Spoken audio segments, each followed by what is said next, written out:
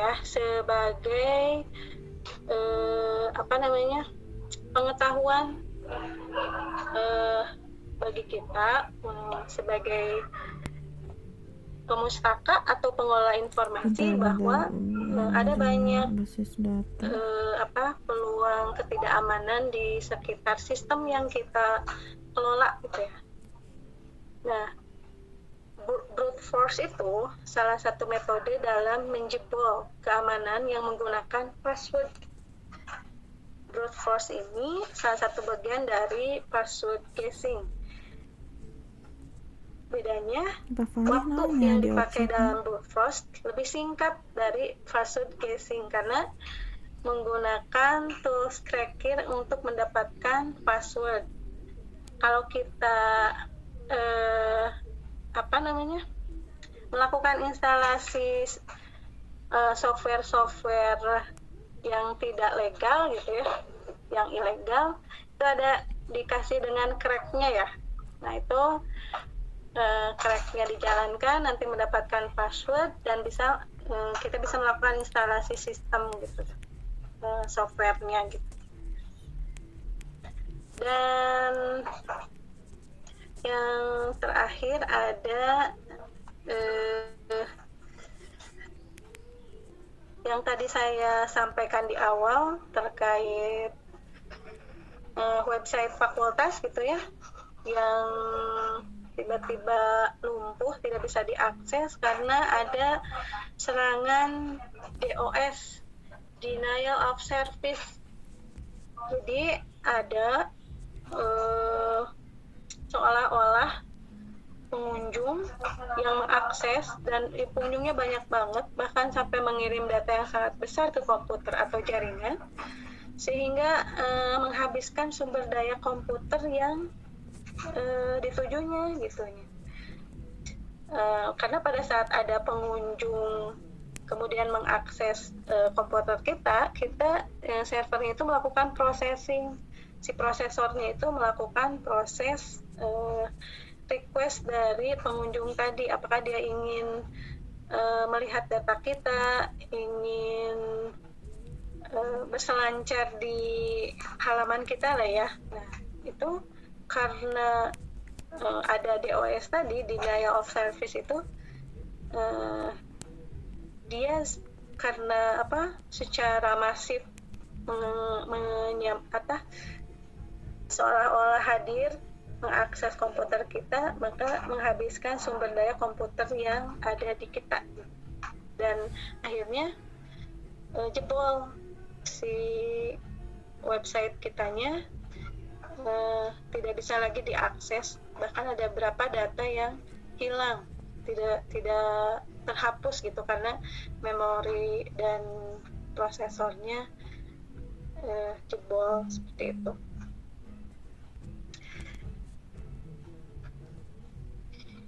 Oke, untuk selanjutnya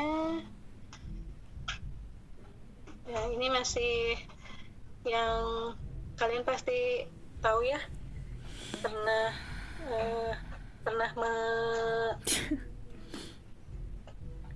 melalui atau pernah mengalami phishing gitu ya.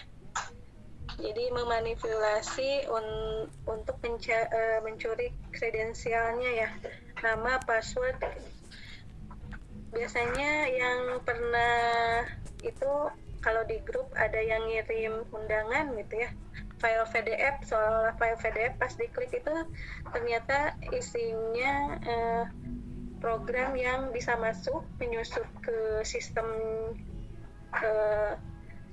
ponsel kita, dan kalau misalkan di sana yang disasarnya adalah aplikasi mobilenya perbankan misalkan seperti itu, atau yang disasarnya akun Shopee misalkannya, karena di sana itu ada kaitannya ke keuangan. Nah itu bisa terjadi dan sudah menjadi edukasi dari perbankan gitu.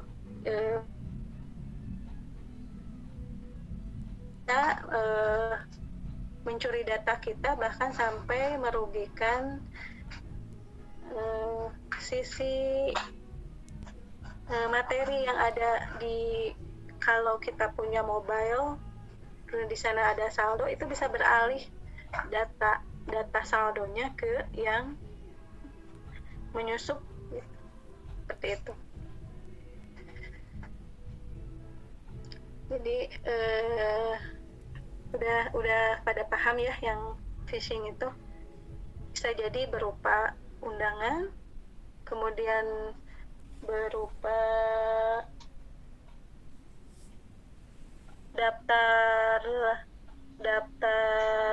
agenda kegiatan atau pengumuman seolah-olah seperti itu ya.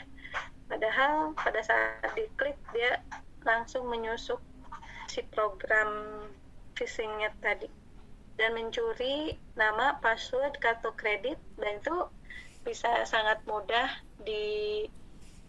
melakukan kalau sudah passwordnya, PIN-nya sudah dipegang oleh si phishing-nya, udah bisa jadi hilang saldo kita ya. Ada hijacking, sniping, dan denial of service. Nah, lalu kita sampai ke topik yang utama. Mengapa open source aman? Ya, itu tadi paradoks yang sudah disampaikan di awal gitu ya. Karena keterbukaannya justru menjadi ketangguhan. Di sini sudah ada secara historis pembuktian bahwa saat terjadi dulu ada yang disebut kejadian worm pada Windows, tapi ternyata tidak terjadi pada Linux. Kalau ke Windows itu bisa langsung tembus si worm-nya, si cacing virusnya, tapi ternyata untuk ke Linux itu tidak bisa. Karena apa? Di Linux itu atau open source itu dia punya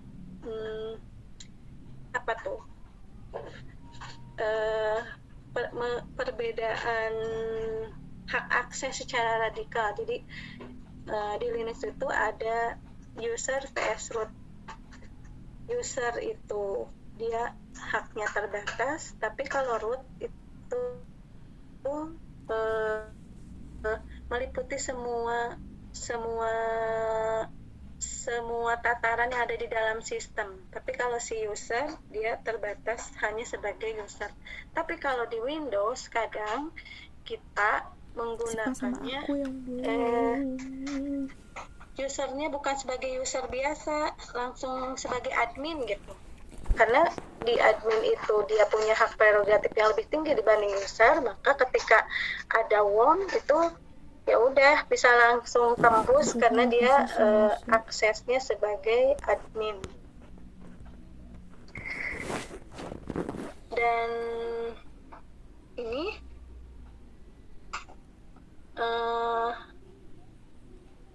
ada yang dinamakan dengan patching life cycle. Patching itu ketika ditemukan keretakan atau bolong yang sedikit yang memungkinkan si penyusup bisa masuk, ketika masuk ke proprietary atau ke closed source, ketika celahnya itu ditemukan, ketika dia closed source maka bergantung pada si vendor atau pemilik hak cipta. Kita misalkan beli kepada vendor tertentu, maka kita hanya ketika ada bugs, ketika ada masalah, ketika ada celah lah ya, biasanya disebutnya kalau di itu tuh celah gitu. Ketika celahnya terbentuk, ketahuan, itu kita nunggu si vendor untuk mensolusikan. Kemudian nanti vendornya merilis patch resminya untuk bisa menutup bolong yang tadi. Kita pokoknya nunggu aja kalau di closed source ya. Terus nanti kalau ternyata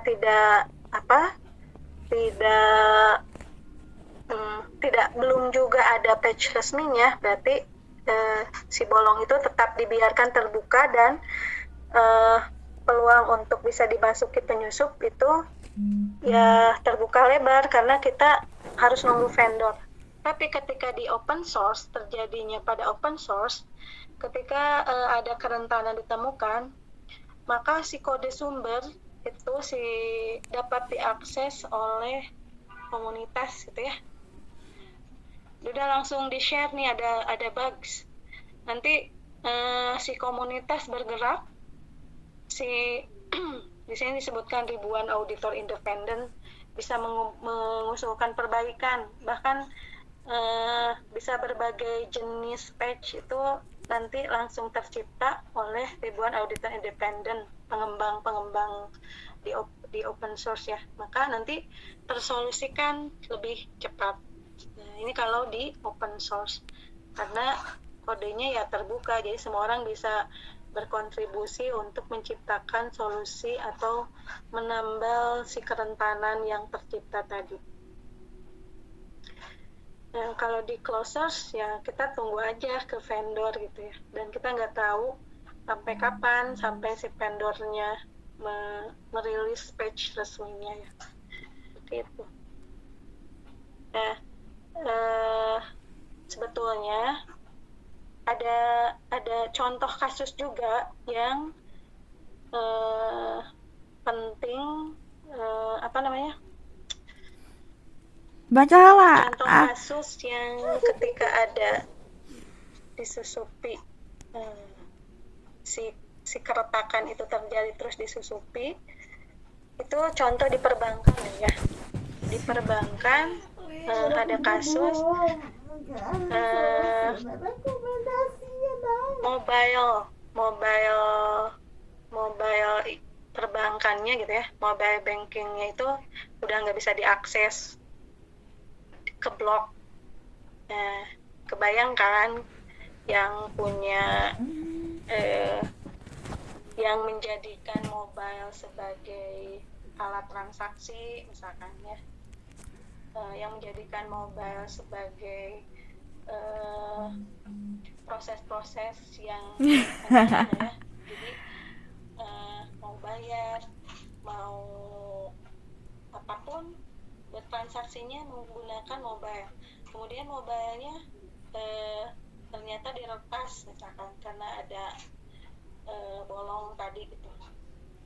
Kemudian perbankannya karena dia closed source, dia nungguin vendor untuk bisa menambal di mobile misalkan, dan ternyata dari vendornya belum ada kejelasan, maka yang terjadi perbankan harus menstrategikan gimana cara mensolusikan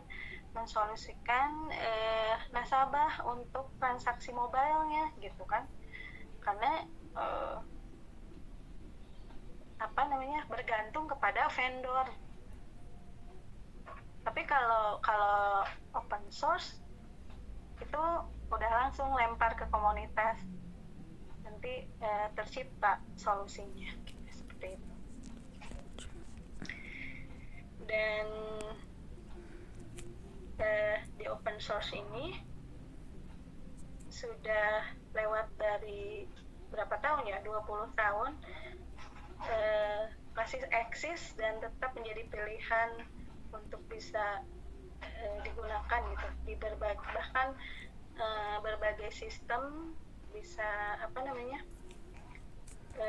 sesuai dengan kebutuhan bidangnya. Kalau misalnya di perpustakaan muncul open source di bidang perpustakaan, kemudian di bidang pendidikan muncul open source yang kemudian di perkantoran itu ada banyak open source yang menjadi semangat untuk mendigitalkan dan menggratiskan, meskipun nanti ada sisi open source juga ternyata bisa menjadi ladang bisnis gitu ya, ladang yang menghasilkan uang gitu ya. Jadi bukan source code-nya, tapi mulai dari instalasinya itu kan berbayar. Kemudian ada pemeliharaannya, kemudian dokumentasinya, itu lebih ke pelatihannya bukan dari sisi materi open source sistemnya yang berbayar, tapi mulai dari pelatihan dan bagaimana menginstal, bagaimana memelihara, bagaimana membackup, itu yang bisa menjadikan dibisniskan gitu ya, menghasilkan uang gitu ya.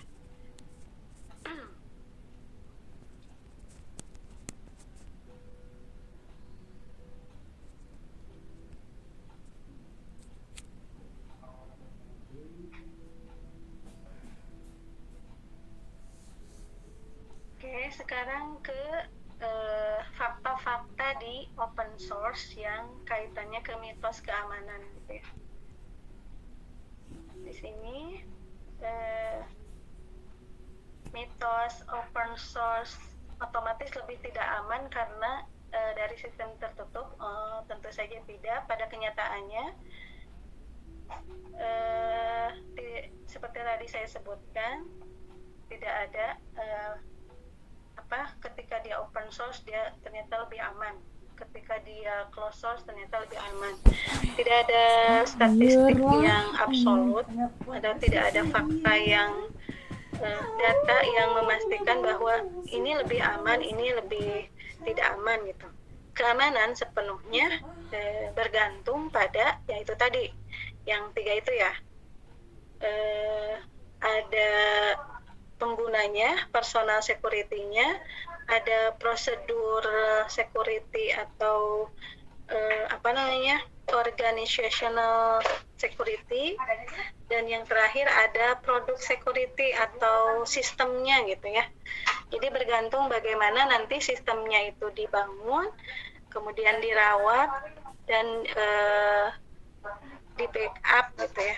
Jadi bukan kepada bahwa dia open source atau dia bukan open source, tapi lebih kepada keamanannya ketika si pengguna, si prosedur dan sistemnya itu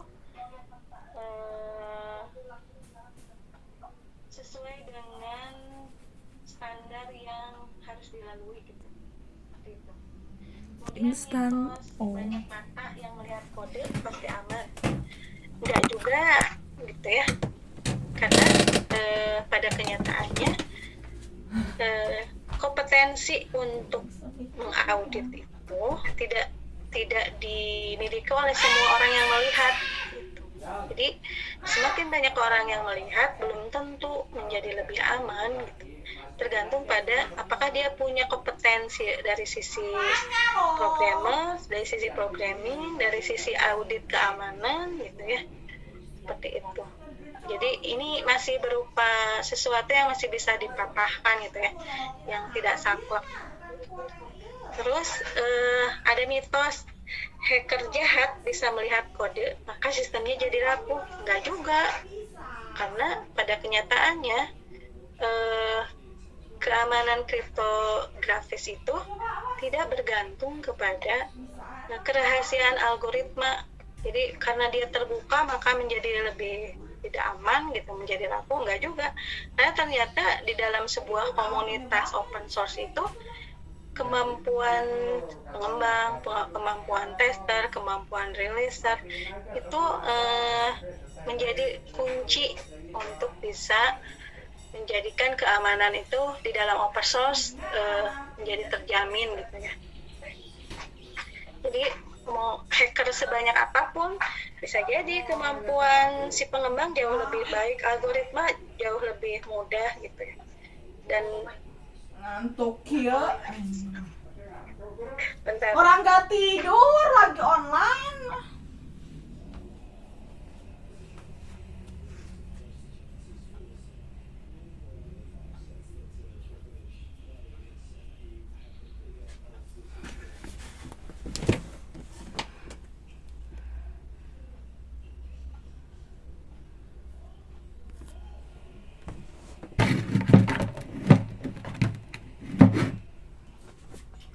maaf ada iklan sebentar.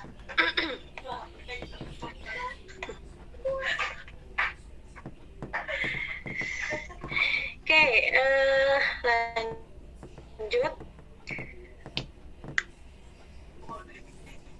Di sini ada mitos lagi, siapa saja bisa berkontribusi, maka si codingannya bisa menjadi lebih buruk gitu, karena siapapun bisa mengedit program, bisa mengedit kode.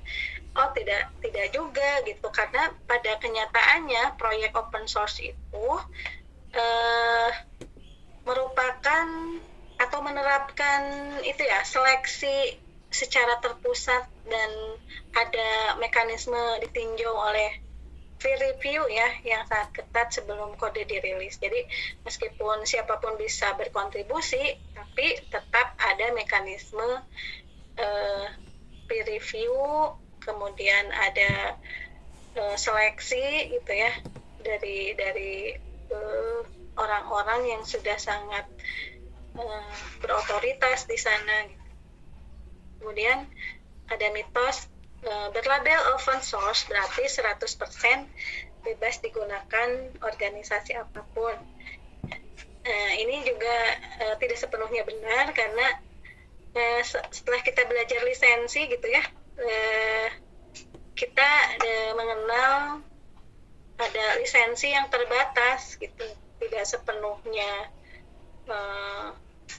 ada jenis-jenis lisensi gitu ya. Nah, ada lisensi yang sepenuhnya pure, harus bersifat umum, bersifat gratis, sampai turunan-turunan dari aplikasi yang dikembangkannya juga harus menggunakan lisensi.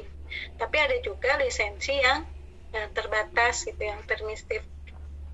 Dan yang terakhir ada mitos semua perangkat lunak harus dievaluasi keamanannya secara menyeluruh. Pada kenyataannya evaluasi ini untuk case spesifik dan beresiko tinggi terlepas dari lisensi perangkat lunaknya. Contohnya untuk ini ya, sistem yang digunakan tingkat keamanan gitu ya, militer, itu harus dievaluasi keamanannya secara menyeluruh.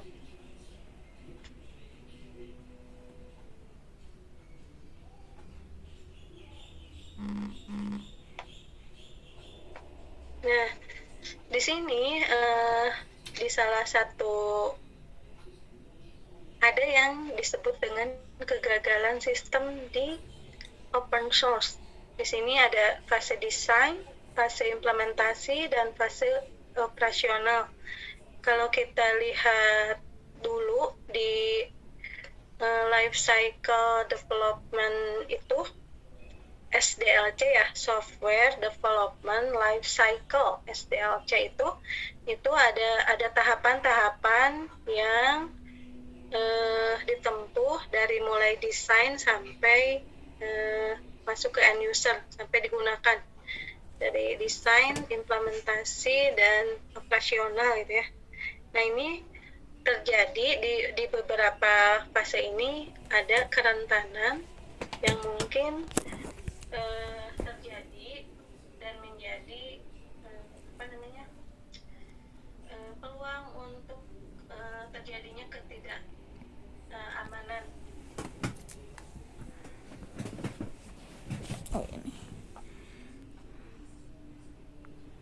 Nah, pada akhirnya kita akan tadi ya, udah sebagus apapun sistemnya, kalau prosedur keamanannya tidak ditempuh, maka sistem yang bagus itu menjadi sia-sia. Sistem yang bagus itu bisa jadi malah dengan mudah terbobol gitu, dengan mudah termasuki sesuatu yang tidak seharusnya gitu. Nah, di prosedur keamanan ini menjadi langkah perlindungan sebuah sistem. Prosedur-prosedurnya itu apa saja ya.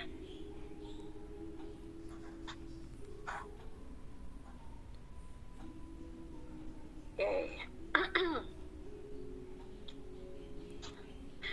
Keamanan software ternyata sangat terkait dengan jaringan komputer, karena era internet menjadikan hampir semua komputer tersambung ke internet secara terbuka gitu ya, open network.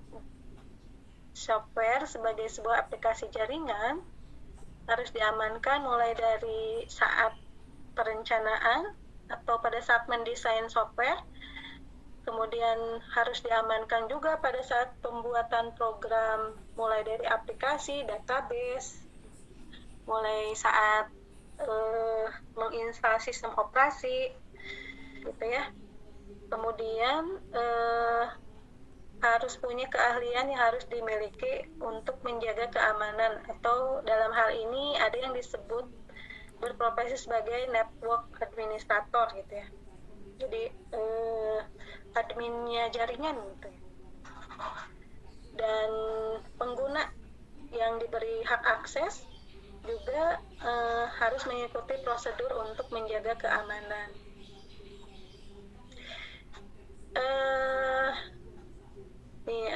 Di sini kalian juga bisa membaca lagi ya di bab 10 di diktat yang saya berikan. Di sini ada beberapa kesalahan yang bisa dilakukan mulai dari pengguna biasa sampai admin yang seharusnya prosedurnya dijalankan tapi ternyata diabaikan gitu. Nah, ini berpengaruh dan menjadi isu dalam keamanan cyber security gitu ya. Yang pertama, si admin atau user lah ya, tidak memasang antivirus pada sistem yang menerima data dari luar. Jadi ada antivirus yang harus dipasang pada server email dan server file, karena duanya menjadi pusat pertukaran data. Kemudian bisa membuka email yang berisi data atau program berbahaya. Jadi ini lebih ke personal gitu ya. Pastikan email yang mengirimnya itu ketika dibuka attachment-nya itu harus hati-hati. Kita harus bisa melihat email mana yang ternyata email itu bisa menjadi media penularan virus. Itu bisa menjadi sarana untuk penyebaran virus atau worm, karena di email itu kan kita bisa mengirim apapun, bisa mengattach apapun gitu ya. Nah, berarti kita harus memastikan email itu email gitu ya, email dikirimkan oleh siapa gitu. Kalau misalkan dia meragukan, tidak perlu dibuka gitu ya. Harusnya untuk bisa seorang admin ya, administrator itu dia mengikuti grup komunitas agar ketika ada banyak informasi yang memungkinkan kita menjadi lebih berwawasan, lebih dapat banyak update informasi, dan salah satunya komunitas terkait keamanan produk yang digunakan. Kemudian membuat dan membackup sistem, mau backup sistem ataupun backup database. Ini tahapan yang penting yang kalau secara prosedur di lembaga itu harus punya SOP, kapan kita bisa membackup sistem, kapan kita membackup database, karena itu hal yang krusial gitu ya. Salah satu isu yang ada di keamanan itu backupping sistem dan data. Kemudian saat publish ke internet, dibuat aman dulu katanya sistemnya. Jadi ada yang disebut dengan hardening. Nah, ini memungkinkan sistem menjadi lebih aman untuk bisa diakses oleh dipublish ke internet dan diakses oleh secara online oleh semua orang yang bisa mengakses. Dan memproteksi sistem dengan password yang bagus gitu ya. Kadang password itu terlihat sepele tapi sangat powerful. Mengapa di password? Karena untuk sistem-sistem yang krusial, password itu penting menjadi pintu pembuka untuk masuk ke dalam sistem. Jangan menggunakan password yang mudah ditebak atau tidak mengubah password yang menjadi password bawaan sistem gitu kan. Jadi kayak kita menginstal beberapa sistem itu kita disuruh membuat password. Nah, ada yang ya udah pakai password bawaan sistem. Itu kalau di dunia nyata, di dunia yang langsung terkait dengan sistem yang realistis, yang beneran ya, maka password itu sangat penting. Password bahkan ada sistem yang ketika passwordnya itu dia mempunyai standar gitu, harus pakai karakter, harus pakai numerik, harus pakai alfabet, harus kombinasi 3 itu, dan nggak boleh 5 karakter, harus di atas 5 karakter. Itu untuk apa? Agar password yang tercipta itu menjadi lebih kuat, tidak mudah ditebak gitu. Jadi kadang password kita pakai passwordnya hari ulang tahun misalkan, atau alamat rumah, atau menggunakan nama seseorang yang spesial misalnya. Itu kadang menjadi si penebak itu menjadi mudah melakukan pekerjaannya. Kemudian kita kemarin melakukan install misalkan Slim ya. Slim itu kan ada banyak versi gitu ya. Nah, itu tuh sebetulnya ada maksudnya. Yang terakhir kita menginstal Slim Boolean ya, yang 9.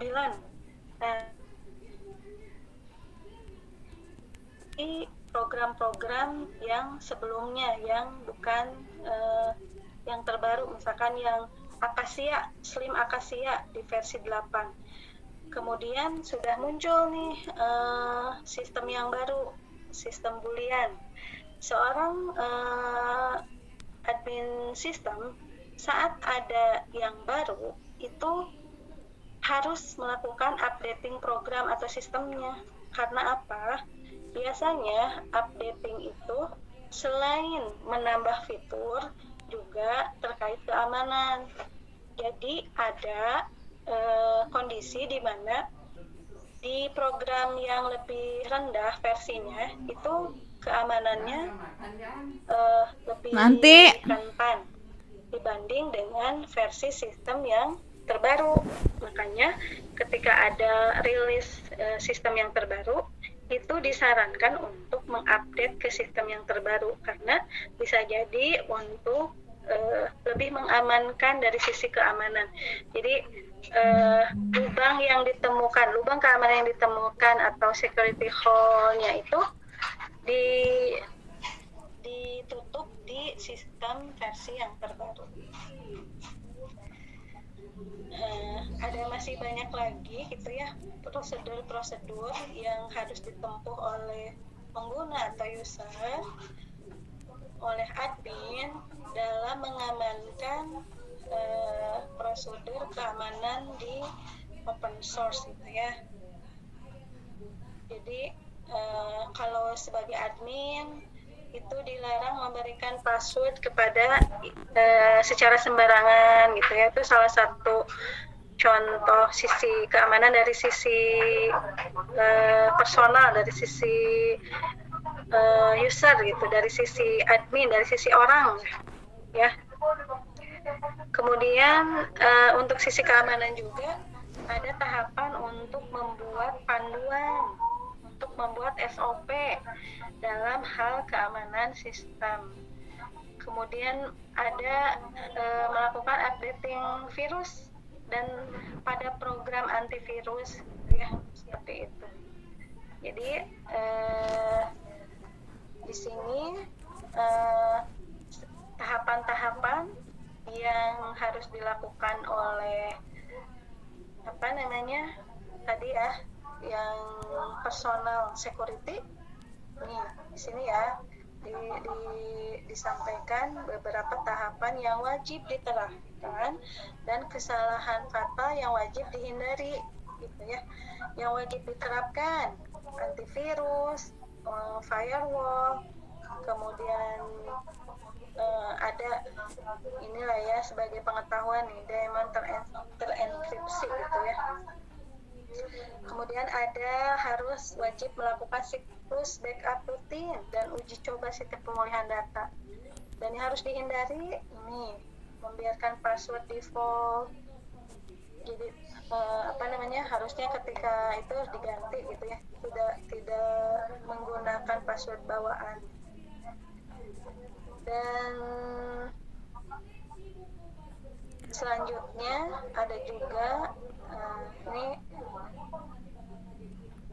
mengaktifkan pembaruan patch keamanan, membuat SOP yang tadi ya, ini di rinciannya. Jadi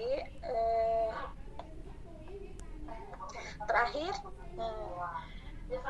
kita dikasih ini ya, penekanan keamanan adalah proses gitu ya, bukan produk. Jadi keamanan itu tadi melibatkan itu ya, yang tadi ini, melibatkan people, melibatkan prosedur, melibatkan produk, melibatkan hardware, melibatkan software, dan communication antara hardware dan software.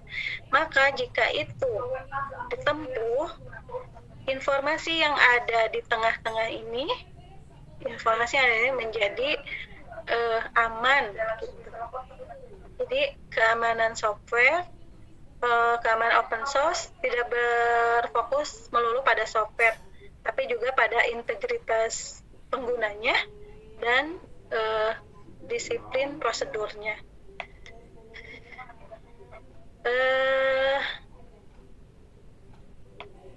Ini ya closingnya.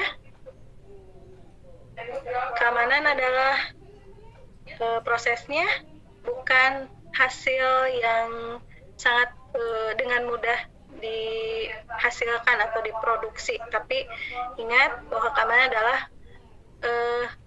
tiga hal yang harus ditempuh, dan itu adalah proses ketiganya itu tadi di diagram yang tadi saya tampilkan. Untuk kalian lebih pahamnya bisa lihat di diktat di bab 10.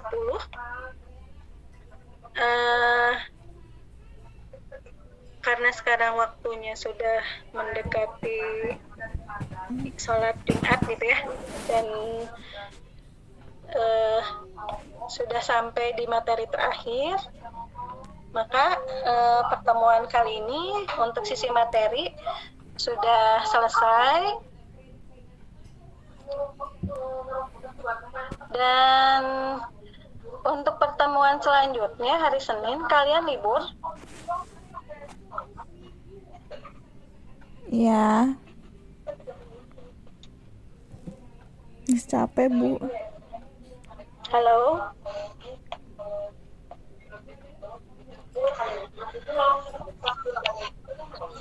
Tanggal 1 libur. Anissa, kalau hari Senin itu tanggal 1 masuk nggak?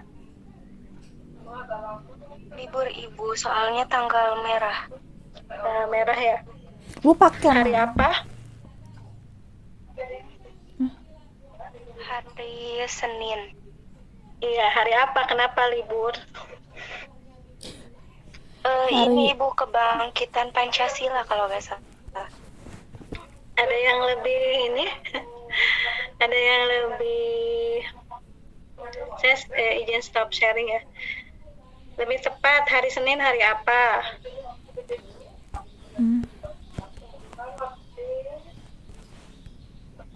Hari lahir Pancasila, Ibu. Betul. Jadi hari lahirnya Pancasila 1 Juni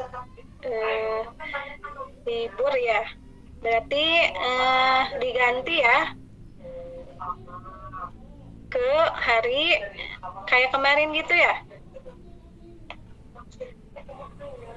Kalian pada pulang kampung, pada balik lagi hari Senin berarti ya?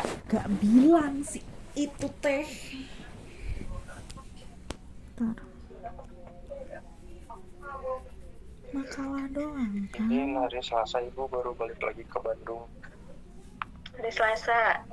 Berarti di ini ya, karena pertemuan terakhir itu di minggu depan ya, kita akan coba satu materi terakhir dengan simulasi kerja kelompoknya, gitu ya. Boleh nanti diinformasikan penggantinya apakah hari Selasa atau hari Rabu ya. Oke teman-teman, ada yang mau ditanyakan nggak terkait keamanan open source? Kalau tidak ada, ini karena hari Jumat, bagi teman-teman laki-laki akan segera melaksanakan sholat Jumat. Jika tidak ada pertanyaan, saya sudahi pertemuan hari ini. Mudah-mudahan kalian bisa langsung ke source-nya di Diktat Open Source dan membaca kembali apa materi keamanan open source. Terima kasih atas perhatiannya. Mohon maaf jika banyak hal yang masih belum jelas gitu ya. Kalian bisa melakukan sendiri dan memahamkan seperti apa itu keamanan open source. Dan saya harapkan informasinya untuk pengganti di hari Senin ya. Mau dialihkan ke hari apa? Saya tunggu informasinya di grup ya. Nanti kosmanya boleh diinformasikan di grup. Kelas A mau ke jam berapa, ke hari apa, sampaikan di grup. Kelas B juga seperti itu. Terima kasih atas perhatiannya. Kita akan bertemu di pertemuan selanjutnya dalam keadaan sehat insya Allah. Dan kita tutup pertemuan kali ini dengan membaca hamdalah bersama-sama. Sih, kita hari Selasa siang jam 1 ya. Selamat sholat Jumat bagi teman-teman laki-laki, jangan kesiangan ya. Dan terima kasih. Assalamualaikum warahmatullahi wabarakatuh. Waalaikumsalam warahmatullahi wabarakatuh. Terima kasih juga Bu. Terima kasih, Bu. Sama-sama.